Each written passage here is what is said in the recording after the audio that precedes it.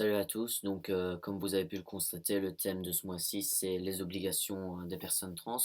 Donc, euh, ben, j'avais pas, un peu comme Gaëtan, j'avais pas forcément beaucoup d'idées sur le sujet, parce que bon, c'est quand même un assez gros débat. Faut savoir que c'est vraiment mon avis personnel là-dessus. Il y a certaines personnes qui vont pas forcément penser le même que moi.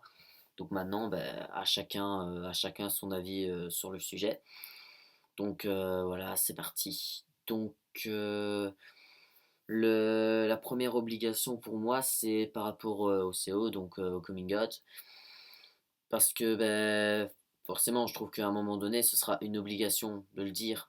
Enfin, forcément, vous n'êtes pas obligé de le dire à tout le monde, quoi. À la limite, même dans la rue, non. Mais maintenant, aux personnes les plus proches de vous, si le parent et tout, il arrivera un moment où vous serez obligé de leur expliquer la situation, de dire qui vous êtes, parce que sinon, vous risquerez d'être bloqué par la suite, dans le sens où si vous comptez prendre de la testostérone, moi personnellement, je me verrais mal prendre la testo actuellement et que mon père ne soit pas au courant, quoi, parce que ça change à mort le physique de la personne, la voix et tout. Je pense que les personnes de votre famille seraient quand même un peu beaucoup choquées, quoi. Maintenant, vous n'êtes pas obligé de le dire à tout le monde, comme je l'ai dit en général. Moi, perso, je l'ai dit peut-être à réellement 8 personnes, mais c'est vraiment des personnes très proches de moi qui me connaissent depuis que je suis petit et qui sont amenées à me voir assez souvent, quoi. Style père, papy, enfin mamie, des trucs comme ça, quoi. Donc ensuite, il y a une autre obligation, c'est de devoir le dire à son copain ou sa copine. Maintenant, moi, je n'ai pas vraiment été concerné par ça, puisque déjà à la base, mon copain est aussi FTM. Et en plus, je me suis pas du tout je me suis pas du tout senti obligé de lui dire. Enfin, parce que ça s'est fait totalement naturellement durant une conversation. C'est clair que je pense que si j'aurais été en couple avec une fille, ça aurait été beaucoup plus dur. C'est vrai qu'en général, les FTM ont assez dur à le dire à leurs copains, leurs copines, parce que bon, c'est clair qu'on ne sait pas trop la réaction de l'autre. C'est vrai qu'on peut avoir peur un peu du rejet de la personne, de ce qu'elle va penser, et avoir peur aussi qu'elle s'éloigne de nous par la suite. Maintenant, je trouve qu'à un moment donné, ça va être une obligation de le dire à la personne que vous aimez. Bon, je veux dire, si vous sortez avec, il faut être un peu honnête à un moment donné, vous n'arriverez pas à lui cacher, à moins que vous soyez opéré, hormoné, vraiment tout. Mais bon, je trouve que même moi personnellement, même si si j'avais toutes les opérations, si j'étais hormoné, si voilà, il n'y avait plus aucune trace de ce que j'avais pu être dans le passé, je trouve que pour moi, le minimum, c'est que si vous pensez que cette personne-là va faire partie de votre vie, c'est de lui dire, d'être honnête avec elle sur votre passé, quoi. Voilà. Ensuite,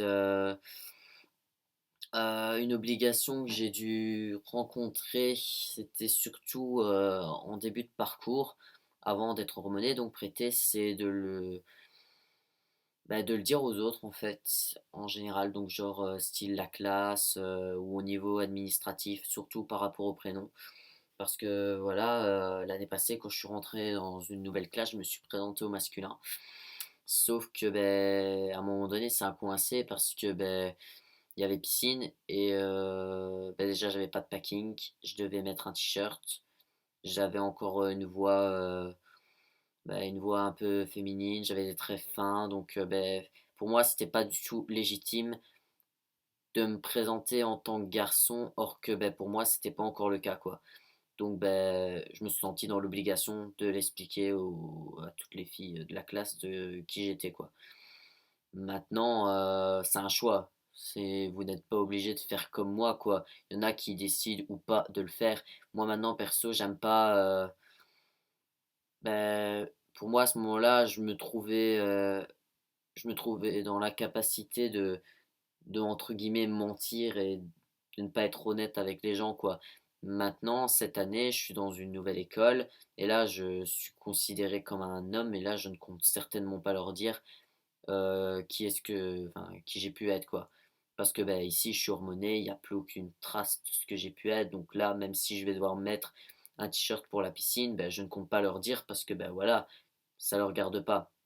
Non, encore une fois, c'est un choix, c'est vous qui décidez si vous voulez ou pas leur dire. Donc voilà, après, un truc que je rencontre toujours, comme j'ai expliqué juste avant, c'est vraiment au niveau administratif, au niveau du prénom. Parce que mes papiers sont pas changés, donc résultat, où que j'aille, que ce soit pour un rendez-vous, pour quoi que ce soit, je rencontre toujours un problème par rapport à ça. Donc par exemple, quand je m'inscris dans une école, quand je me suis inscrit cette année, voilà, maintenant, il y a plus aucun doute, quoi. Mon passing est forcément nickel. Donc quand je suis allé m'inscrire, j'ai donné directement mon prénom masculin, sauf que j'y ai pas pensé. Donc résultat, ce jour-là, j'étais pris un petit peu de cours parce que j'ai dit Ethan. Alors après, ils le notent et après, qu'est-ce que je vois? Qu'est-ce qu'ils voient? Ils me font donne-moi ta carte d'identité, mon gars, et après je le donne. Ils se disent qu'est-ce que c'est que ça? C'est la carte d'identité de ta sœur, quoi. Bon, maintenant, là, à ce moment-là, vous avez deux cas de figure. Soit vous faites genre, quoi, vous faites ça, vous regardez pas, fermez vos gueules. Mais bon, sauf que là, c'était quand même pour une inscription dans une autre école, donc je me serais mal vu leur dire ça quand même, parce que bon, ils ont besoin quand même qu'on se justifie un minimum pour pouvoir au moins mettre notre prénom qu'on a choisi sur enfin, mon prénom que j'avais choisi sur la liste d'appel. Donc j'ai pas eu le choix, j'ai dû leur expliquer la situation, sauf que voilà, de manière soft, hein, je leur ai dit que voilà, je changeais de sexe, tout ça, et que j'aimerais être considéré comme un homme et que sur les listes d'appels, ce soit noté comme ça.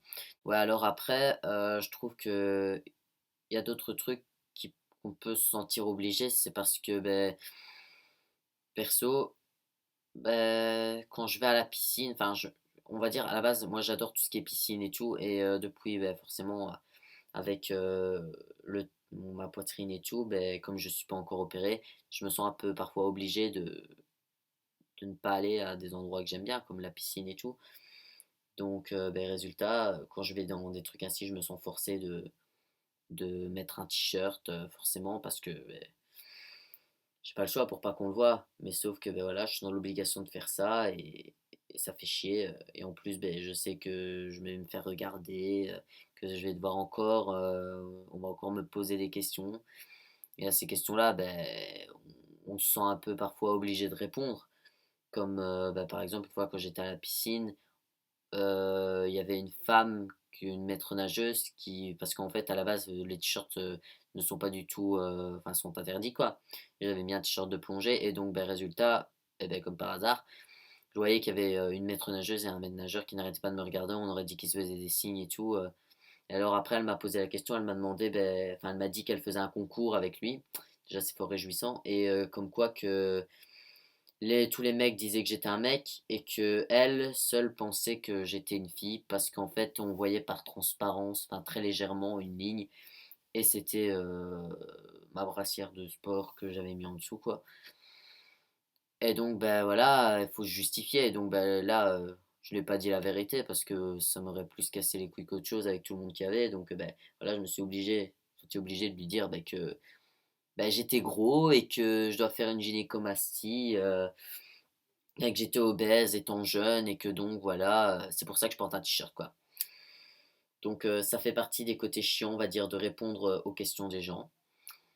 Après pour finir, je dirais sur le point de vue enfin sur le point de vue du parcours, parce que si vous êtes FTM, que vous voulez commencer une transition dans la logique des choses, vous serez obligé, quoi qu'il arrive, d'aller voir au minimum un psychiatre, un psychologue, un sexologue ou que sais-je, pour, euh, pour avoir une attestation, quoi. Et si vous voulez aller voir un endocrinologue, vous serez obligé de lui fournir une attestation, à moins que vous ayez une chance inouïe qu'un endocrinologue ou qu'un médecin traitant vous dise ok, quoi, pour vous donner la prescription de testostérone. Maintenant, ça m'étonnerait fort que ça arrive beaucoup, pas très souvent ça, ce genre de cas. Alors après, il y a d'autres cas où vous vous sentirez obligé, c'est que si à partir du moment où vous faites l'hystérectomie, vous serez obligé de prendre la testostérone, sinon vous crevez. Si vous voulez la phalloplastie, vous serez obligé d'avoir fait l'hystérectomie pour pouvoir faire cette opération, et vous serez aussi obligé d'avoir eu la mamec, et vous serez aussi obligé d'avoir été suivi par un psychiatre. Enfin, on dit en général depuis 2 ans, mais maintenant, ça dépend des gens.